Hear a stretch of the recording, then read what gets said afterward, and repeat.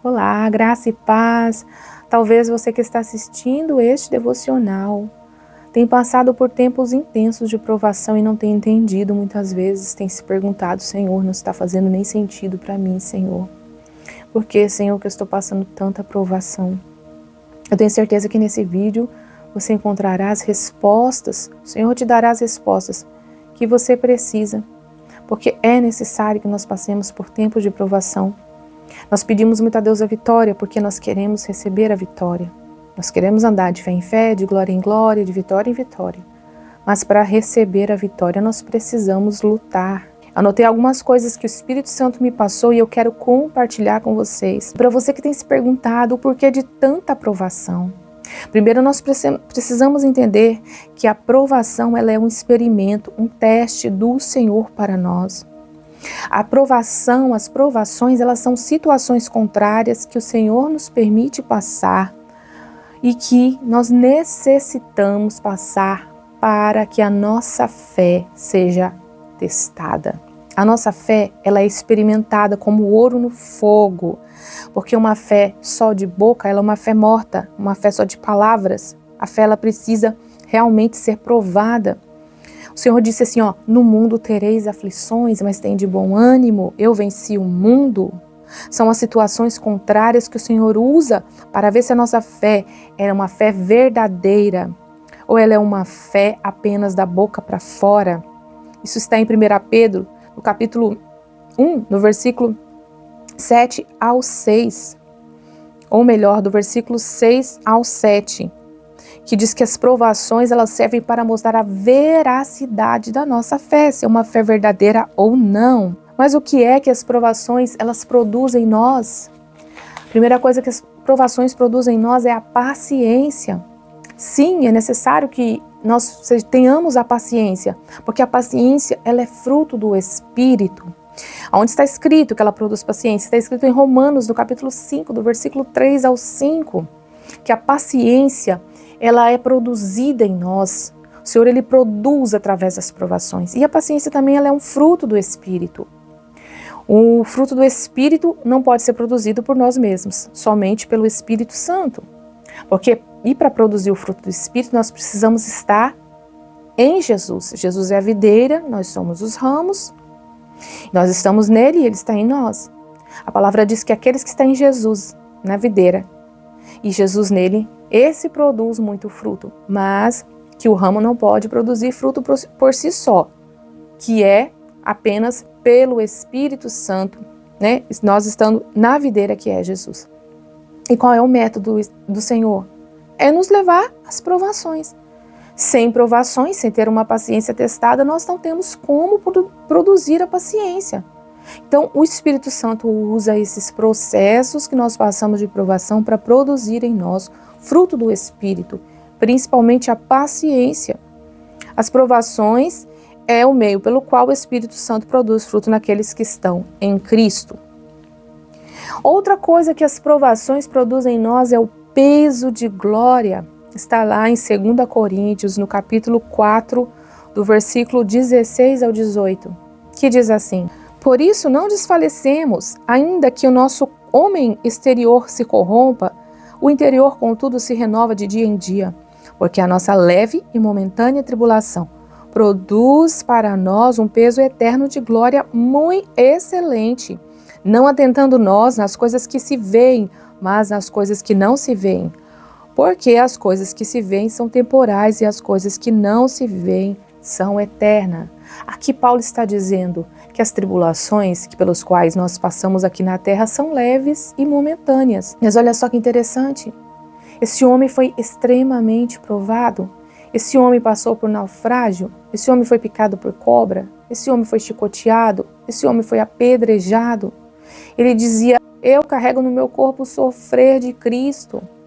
E de repente esse homem vem e diz, como assim é leve e momentâneo? Mas sabe de uma coisa? Paulo estava olhando para as provações e tribulações com um ponto de vista, um olhar espiritual.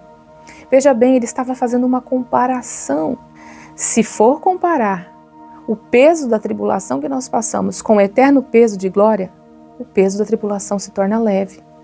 Se formos comparar o tempo da nossa tribulação aqui com a glória eterna que nos está reservada, isso aqui se torna rápido, essa tribulação se torna momentânea.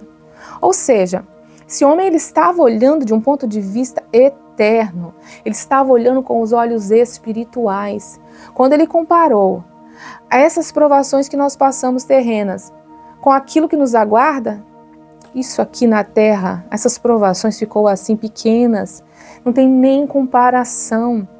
E o convite do Espírito Santo é para que você olhe para essa situação, para essas provações, essa provação qual você está passando, com os olhos espirituais, e você vai ver que não se compara com a glória que está reservada, que vale a pena permanecer, porque isso aqui tudo é vapor. Então Paulo segue dizendo, porque nós não atentamos nas coisas que se veem, mas o meu foco está nas coisas que não se veem, as coisas invisíveis. O Senhor te chama para de olhar para a tribulação e foca naquilo que é invisível e foca naquilo que é eterno, porque isso tudo aqui é vapor e vai passar. Paulo focava naquilo que é eterno. Enquanto nós estamos olhando para a tribulação, nós vamos achar que ela é insuportável, mas e quando nós olharmos para a glória eterna, para aquilo que é invisível, atentar os nossos olhos para as coisas espirituais, então nós vamos entender que tudo isso aqui é leve e momentâneo. Outra coisa, nós não devemos murmurar em tempos de provação. Eu sei que a nossa natureza adâmica, ela quer se inclinar para esse lugar de reclamar. Ela quer entrar, nossa alma, ela quer entrar num lugar de amargura, de vitimismo. Mas nós não devemos ceder a isso. O povo do deserto murmurava. Paulo vai dizer em 1 Coríntios, no capítulo 9, ou melhor, no capítulo 10, do versículo 9 ao 11, ele vai dizer que ele vai ensinar aos coríntios que quando Israel murmurou e o Senhor enviou o anjo da morte, e ele diz que aquilo ali ficou como exemplo para nós. Não tente a Deus, Paulo vai dizer, olha, não testa a paciência do Senhor, não murmure, muito pelo contrário, vamos exercer a gratidão, porque a gratidão ela é o oposto da murmuração. Uma pessoa que ela murmura, ela tem um olhar negativo. Ela olha para as circunstâncias e ela só vê as coisas negativas, ela é pessimista. Mas uma pessoa que ela é adoradora, ela tem um olhar de gratidão. Ela olha as circunstâncias com gratidão. Ela consegue enxergar, mesmo na dor, mesmo nas circunstâncias contrárias, ela consegue enxergar motivo para adorar ao Senhor, para glorificar o Senhor. Ela consegue ver o cuidado do Senhor, mesmo diante das provações. Ela consegue ver as provisões do Senhor, mesmo diante das provações. Em 1 Tessalonicenses está escrito, ou melhor, no capítulo 1 Tessalonicenses, no capítulo 5, no versículo 18, está escrito, em tudo dai graças. Essa é a vontade do Pai para nós. Claro, Deus não é um Deus caprichoso, mesquinho, que gosta de fazer a gente sofrer, não. Ele não está falando para você agradecer pelas coisas ruins que te acontecem. Obrigada, Senhor, porque eu perdi uma nota de 100. Claro, se sua fé alcançar esse nível, por que não? Mas o que Paulo está querendo dizer é, mesmo diante das circunstâncias negativas, mesmo você tendo perdido uma nota de 100, mesmo assim ainda vou encontrar motivos para agradecer ao Senhor. Tudo, se a gente for olhar bem, a gente vai encontrar motivos para agradecer ao Senhor. E essa é a vontade do Pai para nós. Porque o verdadeiro adorador, ele é grato. O verdadeiro adorador, ele consegue enxergar as mãos do Pai, o cuidado do Pai em tudo. Outra coisa também que acontece quando nós passamos por tempos de provação é que o nosso orgulho, ele é quebrado. O nosso ego, ele é quebrado. O Senhor diz em Lucas, no capítulo 9, no versículo 23, aquele que quer seguir após mim, negue-se a si mesmo, tome a sua cruz e siga-me.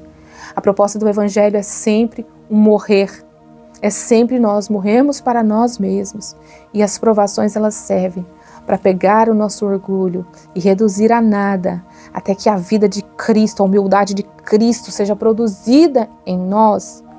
Outras coisas que nós podemos aprender em tempos de provação é que as provações elas nos aproximam de Deus. Porque o nosso coração ele fica abatido, ele fica quebrantado. E aí a gente vai para esse lugar de se aproximar de Deus. E o Senhor também, Ele não resiste a um coração abatido e quebrantado. Ele está perto daquele que tem um coração abatido. Isso está em Salmo 34, verso 18. O Senhor está perto. Não pense que o Senhor está longe. Não pense que o Senhor não está vendo, não está ouvindo. Ele está pertinho. Porque o Pai, Ele é sensível, atuador. Ele é sensível, Ele se importa com você, Ele se importa conosco. Muitas vezes, durante as tribulações, em tempos de provação, nós entramos em um lugar de tristeza. Mas a palavra vai dizer em 2 Coríntios, no capítulo 7, no versículo 10, que a tristeza que vem da parte de Deus, ela é positiva, ela produz em nós arrependimento.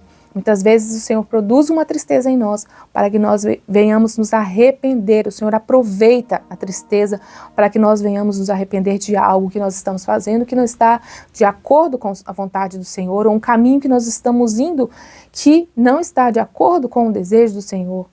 Então isso o Senhor usa para trazer em nós, produzir em nós arrependimento. A tristeza do segundo mundo não, a tristeza demoníaca não, ela vem para tentar nos destruir. Mas a tristeza, segundo Deus, ela produz arrependimento. As provações também nos ensinam a viver em dependência. Muitas vezes nós queremos agir conforme a força do nosso braço. Eu faço, eu resolvo, eu posso, eu faço, eu quero, não pode deixar comigo. Mas em tempos de provação, o Senhor tira todo o controle das nossas mãos e mostra para nós, e ensina para nós a viver na dependência. Vem cá, meu filho, minha filha. Vem cá que eu vou te ensinar o que é viver na dependência. Quando somos provados, geralmente é algo que está fora do nosso controle. Geralmente é algo que nós não podemos resolver. Perdemos a capacidade de controlar ou de resolver a situação. E é aí que o Senhor nos ensina a viver na dependência dEle. Nós somos obrigados a confiar nele e é a melhor coisa que nós podemos fazer. É confiar, tirar o fardo das nossas costas e entregar nas mãos dele, e saber que é ele que tem o controle de tudo. Não, ele não nos chamou para fazer as coisas, bater no peito e fazer do nosso jeito, não. Ele nos chamou para viver na dependência e confiar nele, o que é infinitamente melhor. Viver na confiança do Senhor é infinitamente melhor. Em Filipenses, no capítulo 4, do versículo 12 ao 13 está escrito assim: sei estar abatido e sei também ter abundância. Em toda maneira e em todas as coisas estou instruído, tanto a ter fartura como a ter fome, tanto a ter abundância como a padecer necessidade. Eu posso todas as coisas em Cristo que me fortalece. Olha o que Paulo disse. Olha o que esse homem aprendeu. Ele aprendeu a viver na dependência do Senhor. O mais importante é ter Cristo. Mesmo diante de todas as circunstâncias da vida, posso todas as coisas em Cristo que me fortalece. Nele eu posso passar por todas as situações. Nele eu posso ter abundância e posso passar por escassez. Nele eu posso passar por todas as circunstâncias da vida, porque Ele me fortalece. Se eu sei que Ele está comigo, eu não vou temer. E Ele está. E Ele está em todo o tempo. Não devemos temer nada, nenhuma notícia negativa, por pior que seja, pode nos abalar. Porque nós sabemos que todos os nossos dias já estão escritos por Ele antes da fundação do mundo. Paulo entendeu isso. Se nós temos Jesus, é o suficiente. Às vezes nós pedimos tanto a vitória, mas esquecemos de pedir força. Força para permanecer e ir até o fim. É isso também que nós devemos pedir ao Senhor. Outra coisa, a temporada para o milagre está aberta em tempos de provação. Não que ela esteja fechada em tempos de não provação. Porém, tempos de provação é algo tão intenso, é algo assim que é impressionante como o Senhor ele se revela mais profundo a nós. Como nós, por estarmos assim tão dependentes e quebrantados dele, ele se revela de uma maneira o cuidado dele e os nossos olhos começam a enxergar que em todo o tempo ele esteve sempre presente. Porque daí como nós estamos quebrantados, nós passamos a perceber o cuidado dele em todo o tempo, as provisões, os milagres. Quantos testemunhos eu tenho da parte do Senhor em tempos de provações? Vezes em que eu estava realmente falando com o Senhor, Eu acabo de falar, Senhor, eu preciso de um gabinete, eu preciso de um armário. Como eu vou fazer, Senhor? Eu não tenho dinheiro para comprar. Um tempo de provação terrível na minha vida. De repente eu recebo uma ligação, alguém me dizendo, eu estou aqui na loja, estou comprando um gabinete, um armário para você. Oh, Deus maravilhoso. Outras vezes passei pelo vale da sombra da morte e precisei ter o melhor hospital e não tinha condições. O Senhor preparou o melhor hospital para mim, hospital que eu jamais teria, tratamento que eu jamais teria condições de pagar. E o Senhor preparou para mim tudo em tempos de provações. Porque nós passamos pelo vale da sombra da morte, muitas vezes, mas Ele passa conosco. Ele está conosco, Ele está cuidando, Ele está o tempo todo cuidando da gente. O Senhor, Ele é maravilhoso. E a última coisa que eu quero dizer para você é que o de repente de Deus vai chegar. Permaneça. E quando o de repente de Deus chega, é assim. Às vezes parece que a aprovação está se arrastando por tanto tempo. Mas quando de repente de Deus chega, no dia, na data marcada por Ele, no tempo kairós de Deus, aí sim, tudo acontece no tempo oportuno de Deus. Tudo muda e é tudo muito rápido. E você fica espantado. Uau! Só o Senhor é Deus. Valeu a pena esperar, valeu a pena confiar. Que o Espírito Santo possa ministrar mais profundamente ao seu coração, que essa palavra venha te encorajar, te dar força para permanecer em tempo de provação. Deus abençoe e até o próximo vídeo.